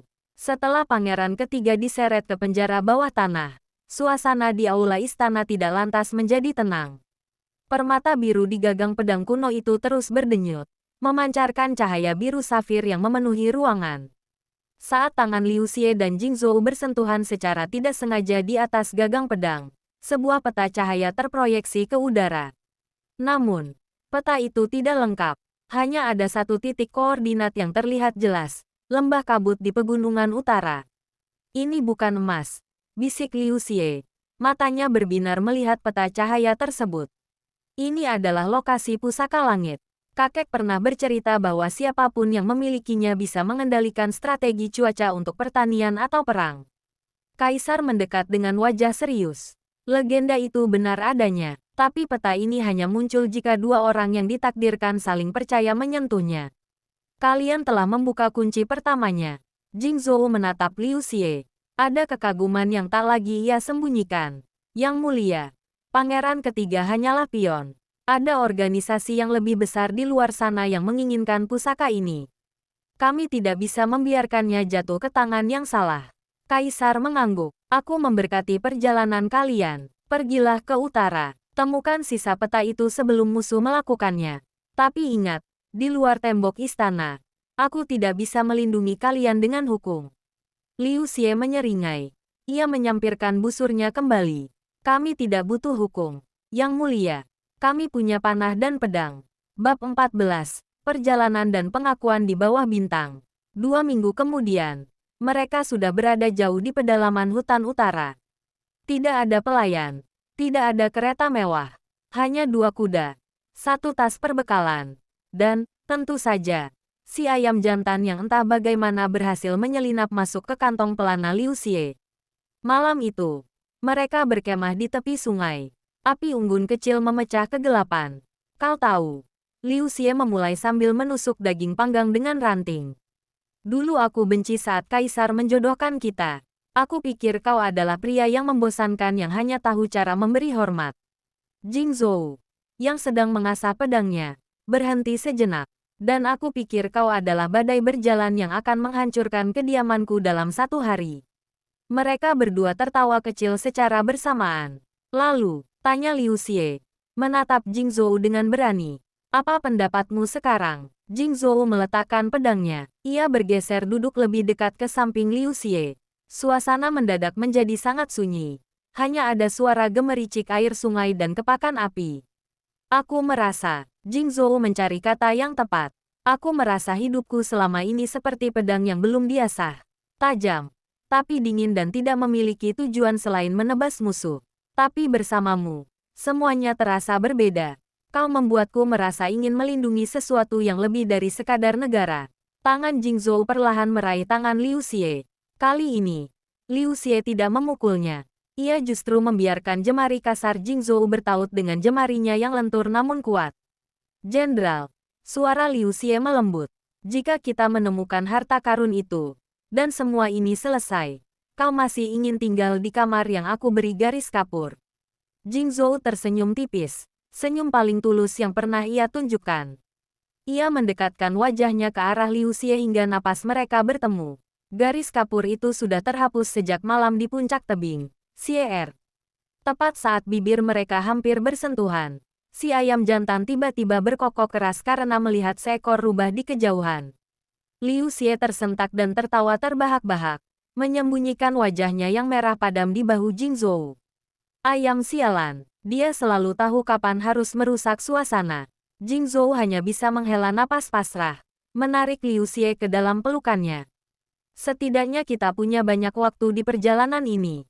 Bab 15, Penjaga Lembah Kabut. Keesokan harinya, mereka tiba di mulut lembah kabut. Kabut di sini aneh, berwarna perak dan tidak hilang meski matahari sudah tinggi. Gunakan talinya, perintah Jing Zhou. Ia mengikat pinggangnya dengan pinggang Liu Xie menggunakan tali sutra yang kuat agar mereka tidak terpisah di dalam kabut. Saat mereka melangkah masuk, suara-suara aneh mulai terdengar. Itu bukan suara manusia, melainkan suara seruling yang memabukkan. Jangan dengarkan suaranya, Xie. Itu jebakan pikiran, seru Jing Zhou. Tiba-tiba, dari balik kabut muncul puluhan bayangan dengan topeng kayu berbentuk hewan.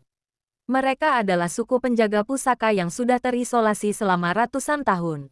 Tanpa peringatan, mereka menghujani Liu Xie dan Jing Zhou dengan sumpit beracun. Lindungi aku akan mencari sumber suaranya, teriak Liu Xie. Jing Zhou segera memutar pedangnya dengan kecepatan luar biasa, menciptakan tameng baja yang memantulkan semua sumpit beracun itu. Sementara itu, Liu Xie memejamkan mata, mengandalkan pendengarannya yang tajam. Zelap, Liu Xie melepaskan satu anak panah ke arah sebuah pohon besar yang tersembunyi di balik kabut tebal. Suara seruling seketika berhenti, kabut perlahan menipis, menampakkan seorang wanita tua dengan pakaian suku kuno yang memegang seruling yang kini patah terkena anak panah Liu Xie. Siapa kalian yang berani membawa pedang sang jenderal besar Liu ke sini? Tanya wanita tua itu dengan suara menggelegar. Liu Xie maju selangkah, masih memegang tangan Jing Zhou. Aku adalah cucunya, dan ini adalah suamiku. Kami datang bukan untuk mencuri, tapi untuk menjaga apa yang kakekku titipkan. Wanita tua itu menatap mereka berdua, terutama pada tangan mereka yang masih bertautan erat. Kekuatan pusaka ini bukan pada permatanya, melainkan pada persatuan dua jiwa. Jika kalian sanggup melewati ujian cermin jiwa, aku akan memberikan bagian peta selanjutnya. Ujian apa yang menanti mereka di dalam cermin jiwa, dan rahasia gelap apa yang akan terungkap tentang masa lalu kakek Liu Xie. Bab 16, Ujian Cermin Jiwa. Wanita tua itu, yang ternyata adalah sang penjaga lembah, menuntun mereka ke sebuah gua yang dindingnya terbuat dari kristal alami yang jernih namun gelap. Di tengah gua, terdapat sebuah kolam air yang permukaannya sangat tenang, seolah-olah terbuat dari perak cair. Ini adalah cermin jiwa. Suara wanita tua itu menggema. Kalian berdua harus masuk ke dalam air.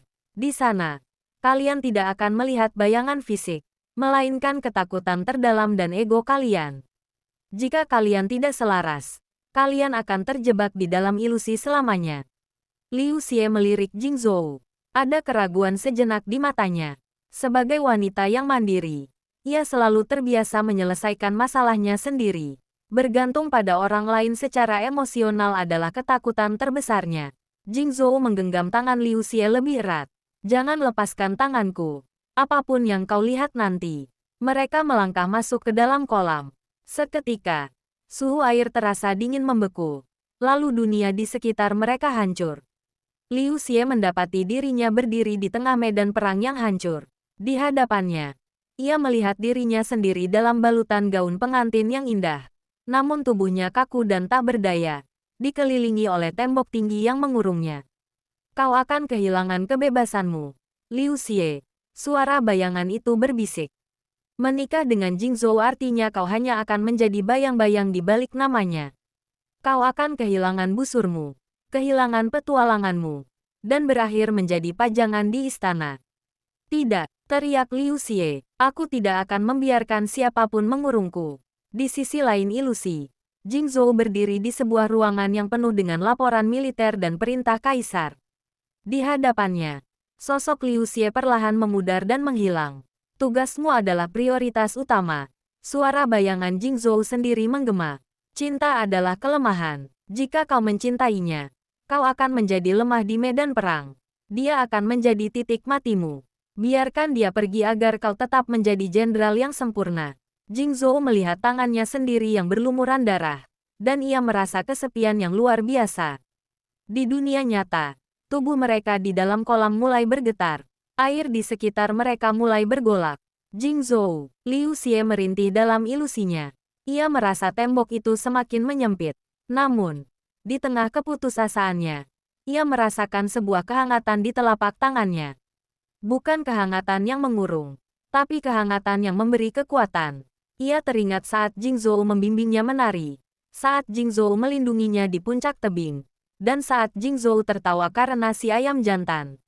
Dia tidak mengurungku, bisik Liu Xie. Dia adalah partnerku. Bersamanya, aku bukan kehilangan kebebasan, tapi aku memiliki seseorang untuk berbagi petualangan. Di saat yang sama, Jing Zhou melepaskan laporan militer di tangannya. Aku tidak ingin menjadi jenderal yang sempurna jika harus menjadi manusia yang hampa. Liu Xie bukan kelemahanku. Dia adalah kekuatanku. Boom! Cahaya putih meledak dari dalam kolam. Ilusi hancur berkeping-keping. Liu Xie dan Jing Zhou terengah-engah, masih berdiri di dalam air. Namun kini mereka saling berpelukan erat. Air kolam yang tadinya gelap berubah menjadi bening dan memancarkan cahaya keemasan. Wanita tua itu tersenyum tipis. Kalian berhasil. Kalian telah menaklukkan ego kalian demi satu sama lain. Dari dasar kolam, sebuah gulungan bambu kuno naik ke permukaan. Saat Liu Xie mengambilnya, permata di pedang kunonya bersinar selaras dengan gulungan itu. Ini adalah bagian kedua dari peta, ujar wanita tua itu. Bagian ini menunjukkan jalan menuju kuil sayap naga di pesisir timur. Di sana, kalian akan menemukan sisa pusaka itu. Tapi berhati-hatilah, pangeran ketiga mungkin sudah tertangkap. Tapi, Tuan Besar, yang sebenarnya, pemimpin organisasi bayangan hitam, telah mengetahui keberadaan kalian. Liu Xie keluar dari kolam, masih memegangi tangan Jing Zhou. Ia merasa lebih ringan dari sebelumnya. Ketakutannya akan pernikahan telah sirna, digantikan oleh rasa percaya yang mendalam. Jenderal, panggil Liu Xie sambil merapikan jubah Jing Zhou yang basah. Ya, setelah kita menemukan pusaka ini, aku ingin kita bulan madu ke tempat yang tidak ada urusan negaranya. Hanya kau, aku, dan mungkin si ayam. Jing Zhou terkekeh, lalu mengecup kening Liu Xie dengan lembut. Aku akan menyiapkan kapal terbaik untuk itu. Namun, di luar gua, seorang mata-mata berbaju hitam dengan simbol naga merah di lengannya melihat mereka keluar. Ia segera melepaskan burung elang pengirim pesan ke arah timur. Perburuan yang sebenarnya baru saja dimulai. Siapakah sosok, Tuan Besar, yang memimpin bayangan hitam? Dan rintangan apa yang menanti mereka di pesisir timur yang penuh dengan bajak laut? Bab 17. Badai di pesisir timur. Perjalanan dari pegunungan utara menuju pesisir timur memakan waktu hampir sebulan. Udara yang tadinya dingin dan kering kini berubah menjadi lembab dan berbau garam. Liu Xie tampak sangat bersemangat melihat laut untuk pertama kalinya, sementara Jing Zhou terlihat lebih waspada. Bagi seorang jenderal daratan, air yang luas adalah medan yang sulit diprediksi. Lihat itu, Jing Zhou. Airnya tidak ada habisnya, seru Liu Xie sambil menunjuk cakrawala dari atas tebing pantai. Jing Zhou menarik napas dalam. Air itu juga menyimpan banyak tempat persembunyian. Xier, di pesisir ini, hukum kaisar hanya sebatas pasir pantai. Selebihnya dikuasai oleh penguasa laut. Mereka tiba di kota pelabuhan Hai'an, sebuah tempat yang hiruk-pikuk dengan perdagangan ilegal dan tentara bayaran. Untuk menghindari perhatian, mereka menyamar sebagai pedagang rempah-rempah. Liu Xie memakai kerudung tipis untuk menutupi wajahnya, sementara Jing Zhou memakai topi caping lebar. Kita butuh kapal untuk mencapai kuil sayap naga yang berada di pulau terpencil itu, bisik Jing Zhou saat mereka berjalan di dermaga. Dan kita butuh nahoda yang tidak akan menjual kepala kita demi sekantong emas, tambah Liu Xie. Saat mereka sedang mencari informasi di sebuah kedai minum di pinggir laut, tiba-tiba pintu kedai didobrak. Sekelompok pria bertubuh besar dengan tato naga merah di lengan mereka masuk. Liu Xie dan Jing Zhou saling melirik. Itu adalah simbol organisasi bayangan hitam yang disebutkan sang penjaga lembah. Kami mencari 2 orang pengembara, teriak pemimpin kelompok itu. Seorang pria bermata satu. Seorang pria dengan pedang mahal dan seorang wanita yang membawa busur besar. Siapapun yang menyembunyikan mereka akan berakhir di dasar laut. Suasana kedai menjadi sunyi. Liu Xie perlahan meraba belati di balik jubahnya. Namun Jing Zhou menahan tangannya. Tunggu, bisik Jing Zhou. Lihat pria di pojok sana. Di sudut kedai yang gelap, seorang pria tua dengan pakaian compang camping sedang asyik meminum tuaknya, seolah tidak peduli dengan keributan itu. Saat salah satu anggota bayangan hitam mendekatinya dan menendang mejanya, pria tua itu hanya menggerakkan jarinya sedikit.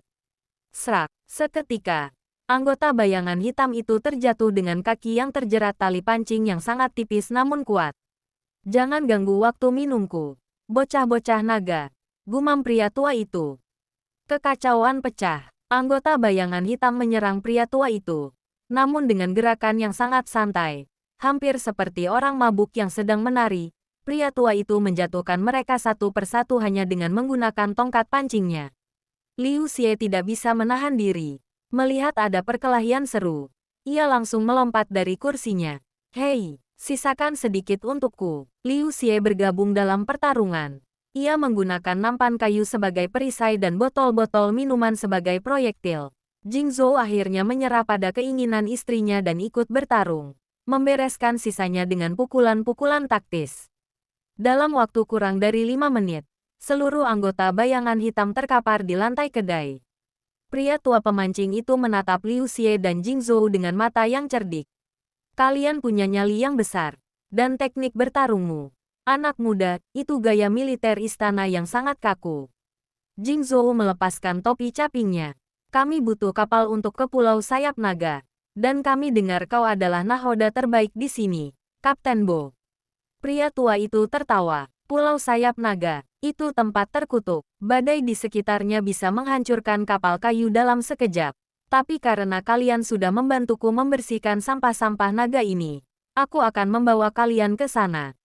Dengan satu syarat. Apa syaratnya? Tanya Liu Xie. Bawa ayam jantanmu itu. Aku suka suara kokokannya di pagi hari.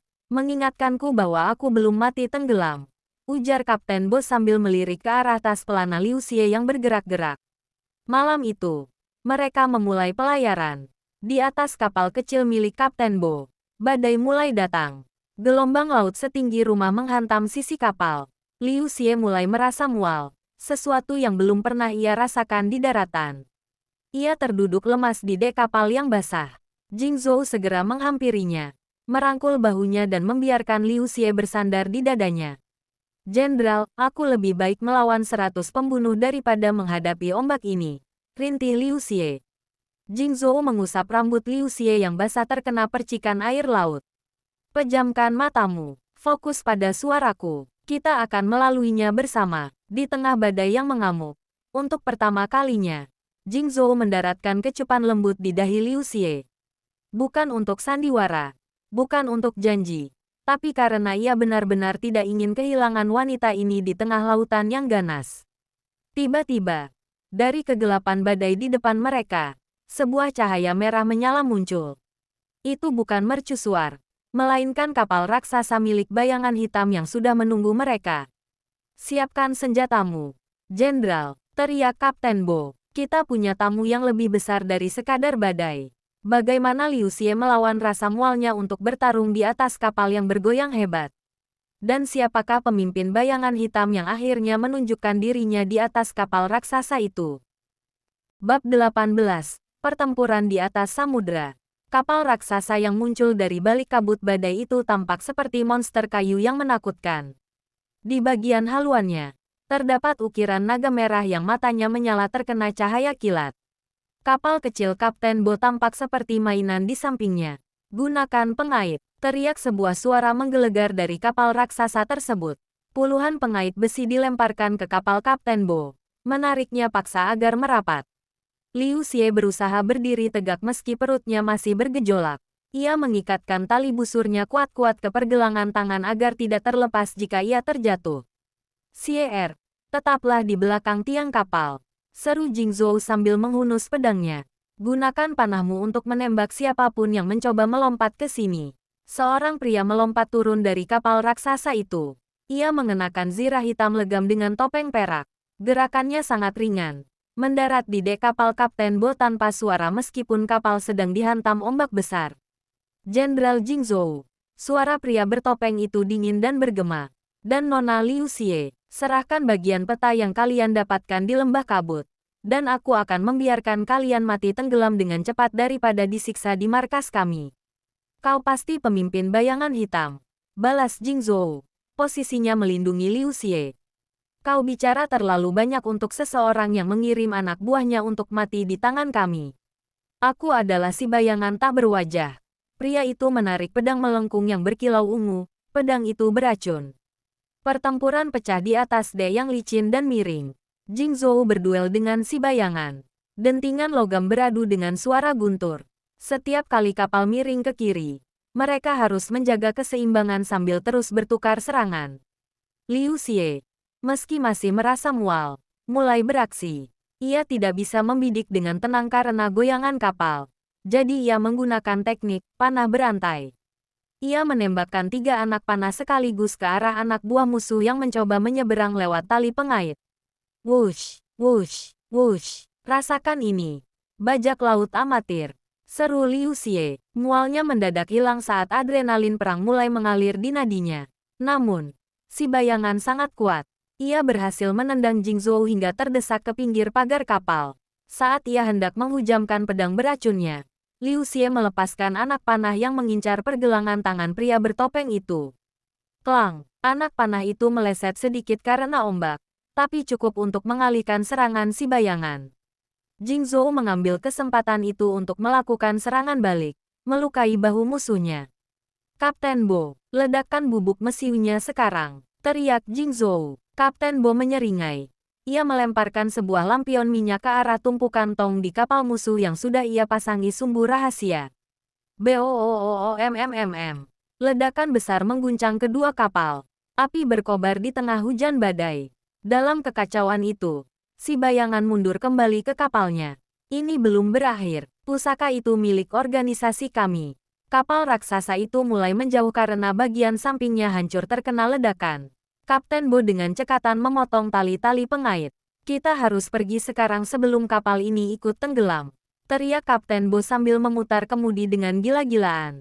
Kapal mereka melesat menjauhi api, menuju ke arah sebuah pusaran air raksasa yang menurut legenda adalah pintu masuk menuju kuil sayap naga. Jing Zhou, Liu Xie berlari ke pelukan suaminya. Pakaian mereka basah kuyup. Wajah mereka penuh jelaga. Jing Zhou memeluknya erat, mengabaikan rasa perih di lengannya yang sedikit tergores. Kau luar biasa, Xie. Kau benar-benar pemburu sejati. Bahkan di tengah laut, Liu Xie tersenyum lemas.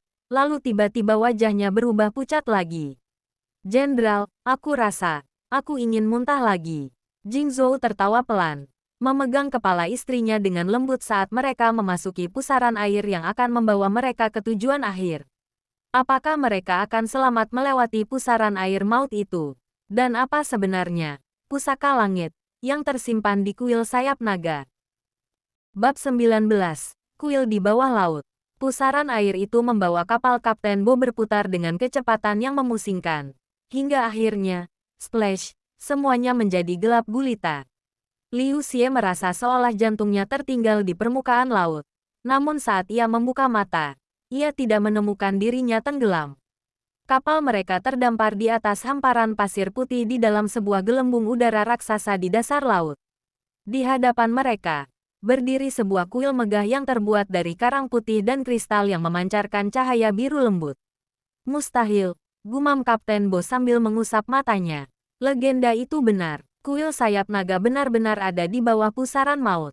Liu Xie turun dari kapal. Kakinya sedikit goyah. Ia melihat ke atas. Ribuan ikan dan bahkan seekor paus raksasa berenang di atas kepala mereka, terhalang oleh kubah transparan yang tak terlihat. Jingzhou. Lihat, Liu Xie menarik lengan baju suaminya. Ini lebih indah daripada taman istana kaisar. Jingzhou tidak kehilangan kewaspadaannya. Ia memeriksa sekeliling. Tangannya tetap pada gagang pedang. Keindahan ini hanya selubung. Xie, tempat seperti ini pasti memiliki penjaga yang jauh lebih berbahaya daripada bayangan hitam. Mereka berjalan menuju gerbang kuil. Saat mereka mendekat, dua patung naga raksasa yang terbuat dari batu giok di sisi gerbang tiba-tiba menggerakkan kepalanya. Mata mereka menyala keunguan. Siapa yang berani mengusik ketenangan sayap naga? Sebuah suara berat bergema di dalam pikiran mereka. Kami adalah pemegang kunci, ujar Liu Xie lantang. Ia mengeluarkan gulungan bambu kuno dan pedang kakeknya. Kami datang untuk menjaga, bukan untuk menguasai. Patung naga itu terdiam sejenak. Lalu gerbang besar kuil terbuka perlahan dengan suara gemuruh. Di dalamnya, sebuah altar tinggi berdiri. Dan di atas altar itu melayang sebuah bola cahaya perak yang berdenyut seperti jantung yang berdetak. Pusaka langit. Namun, sebelum mereka bisa melangkah lebih jauh, sebuah tawa dingin terdengar dari arah belakang. Terima kasih telah membukakan jalannya untukku. Mereka berbalik dan terkejut. Si bayangan tak berwajah berhasil selamat dari ledakan kapal dan entah bagaimana ikut tersedot ke dalam pusaran air. Ia berdiri di sana. Topeng peraknya retak, memperlihatkan separuh wajahnya yang penuh luka bakar. Kau gigi juga untuk seorang pecundang, desis Liu Xie, segera menyiapkan busurnya. Aku tidak datang sendiri, ujar si bayangan. Dari balik bayang-bayang pilar kuil, muncul belasan pembunuh elit yang mengenakan zirah yang bisa menghilang di kegelapan. Jingzhou, ini akan menjadi pertempuran yang sulit, bisik Liu Xie. Bukan jika kita bertarung sebagai satu jiwa, seperti di cermin jiwa, balas Jingzhou. Ia menarik Liu Xie mendekat, punggung mereka saling menempel. Pertempuran terakhir dimulai di dalam kuil bawah laut. Jingzhou bergerak seperti badai perak, menebas setiap bayangan yang mencoba mendekati altar. Sementara itu, Liu Xie menunjukkan keajaiban panahnya. Ia tidak hanya menembak musuh, tapi juga menembak kristal-kristal di langit-langit kuil agar jatuh menimpa para pengepung. Kring, boom, Xie, ke altar sekarang. Hanya kau yang bisa menyentuh pusaka itu, teriak Jingzhou sambil menangkis serangan maut dari si bayangan. Liu Xie berlari menaiki anak tangga altar. Si bayangan mencoba mengejarnya. Namun Jingzhou melemparkan pedangnya untuk menghalangi jalan pria itu. Lalu melanjutkan pertarungan dengan tangan kosong menggunakan teknik bela diri tingkat tinggi. Liu Xie sampai di depan bola cahaya itu. Saat tangannya menyentuh bola perak tersebut, sebuah kekuatan besar merambat ke seluruh tubuhnya. Ia melihat visi masa depan, tentang kemakmuran, namun juga tentang tanggung jawab besar. Kekuatan ini bukan untuk dihancurkan, bisik Liu Xie. Ia mengangkat bola cahaya itu tinggi-tinggi.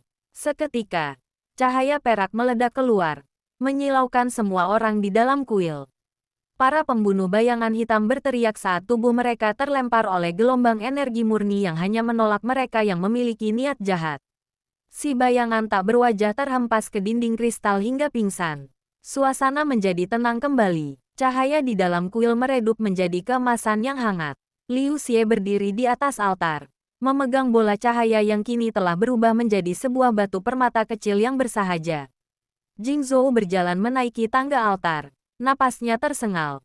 Ia menatap istrinya dengan penuh kebanggaan. Kau berhasil, Nyonya Jing. Liu Xie tersenyum. Lalu tiba-tiba ia melompat ke pelukan Jingzhou, membuat pria kaku itu hampir terjatuh. Kita berhasil, Jenderal. Sekarang, ayo keluar dari sini sebelum aku mulai merindukan daratan. Jingzhou tertawa. Ia memeluk pinggang Liu Xie dan menciumnya tepat di depan altar suci. Sebuah ciuman kemenangan yang jauh lebih manis daripada madu istana. Pusaka telah diamankan. Musuh telah dikalahkan. Namun, bagaimana mereka membawa kekuatan ini kembali ke Kaisar tanpa memicu perang baru? Dan apakah si ayam jantan selamat dari pusaran air? Bab 20. Akhir dari sebuah perjalanan. Awal dari sebuah legenda. Keluar dari pusaran air ternyata jauh lebih mudah daripada saat masuk. Pusaka langit yang kini berada di genggaman Liu Xie seolah memberikan perlindungan, menciptakan arus tenang yang mendorong kapal Kapten Bo kembali ke permukaan Laut Hai'an. Dan hal pertama yang mereka dengar saat mencapai permukaan bukan lagi gemuruh badai, melainkan kokokan nyaring yang sangat akrab. Dia selamat, seru Liu Xie sambil memeluk ayam jantannya yang entah bagaimana berhasil bertahan hidup di dalam tong kayu kosong selama di bawah laut. Kau benar-benar ayam titisan dewa, jago. Jingzhou hanya menggelengkan kepala melihat tingkah istrinya, meskipun sudut bibirnya terangkat membentuk senyum. Sekarang, kita punya misi terakhir, mengembalikan pusaka ini dan memastikan tidak ada lagi bayangan hitam yang tersisa. Kepulangan mereka ke ibu kota disambut dengan perayaan yang jauh lebih besar daripada saat mereka menang di perbatasan. Kaisar sendiri turun dari singgasananya untuk menyambut mereka di gerbang kota. Di aula istana, Liu Xie menyerahkan permata pusaka langit itu. Namun, permata itu tidak lagi bersinar terang. Kenapa cahayanya meredup? Tanya Kaisar dengan heran. Karena kekuatannya telah kembali ke alam. Yang mulia, jawab Jingzhou tegas. Kami telah memutuskan bahwa pusaka ini tidak boleh dimiliki oleh satu orang pun, termasuk tahta. Pusaka ini adalah penyeimbang musim, dan ia akan berfungsi dengan sendirinya selama rakyat hidup dengan jujur. Kaisar terdiam sejenak, lalu tertawa terbahak-bahak. Kalian benar-benar pasangan yang merepotkan. Kalian tidak hanya membawa pulang harta, tapi juga membawa pulang pelajaran moral untukku. Kaisar kemudian mengumumkan dekrit baru. Jenderal Jingzhou diberikan pangkat panglima tertinggi, dan Liu Xie secara resmi diangkat menjadi jenderal wanita pertama dalam sejarah dinasti, dengan hak penuh untuk melatih pasukan pemanah wanita sendiri. 1 tahun kemudian, kediaman Jenderal Jing tidak lagi dingin dan kaku. Taman belakang rumah kini menjadi lapangan latihan bagi para gadis muda yang ingin belajar memanah dari Liu Xie. Di sudut lain, Jingzhou sedang duduk di paviliun, bukan membaca laporan perang, melainkan mencoba menulis puisi yang isinya masih tetap kaku, tapi sangat tulus. Jingzhou, lihat ini. Liu Xie berlari menghampiri suaminya dengan wajah berbinar. Jingzhou menatap istrinya, lalu beralih ke benda yang dibawa Liu Xie. Sebuah sepatu bayi dengan bordiran anak panah. Liu Xie tersenyum lebar. Wajahnya merona bahagia. Sepertinya pasukan kita akan kedatangan anggota baru 9 bulan lagi. Dan aku bertaruh, dia akan lebih jago memanah daripadaku. Jingzhou terpaku sejenak. Sang Jenderal Dewa Es itu tiba-tiba merasa matanya memanas. Ia menarik Liu Xie ke dalam pelukannya, membenamkan wajahnya di bahu istrinya. Terima kasih, Xie. Terima kasih telah memilihku untuk menjadi partnermu dalam petualangan ini. Liu Xie membalas pelukan itu dengan erat. Tidak ada garis kapur lagi, kan? Tidak ada, bahkan di tempat tidur sekalipun. Bisik Jingzhou nakal. Liu Xie tertawa. Lalu mereka berdiri bersama menatap matahari terbenam dari paviliun mereka. Si ayam jantan, yang sekarang sudah punya banyak anak, berkokok di halaman, mengiringi kehidupan baru yang penuh tawa, cinta, dan sesekali kekacauan yang manis. Kisah Jenderal Dingin dan Nona Pemanah itu pun berakhir sebagai legenda, membuktikan bahwa cinta bukanlah kelemahan, melainkan anak panah paling tajam yang bisa menembus dinding es sedingin apapun. Tamat.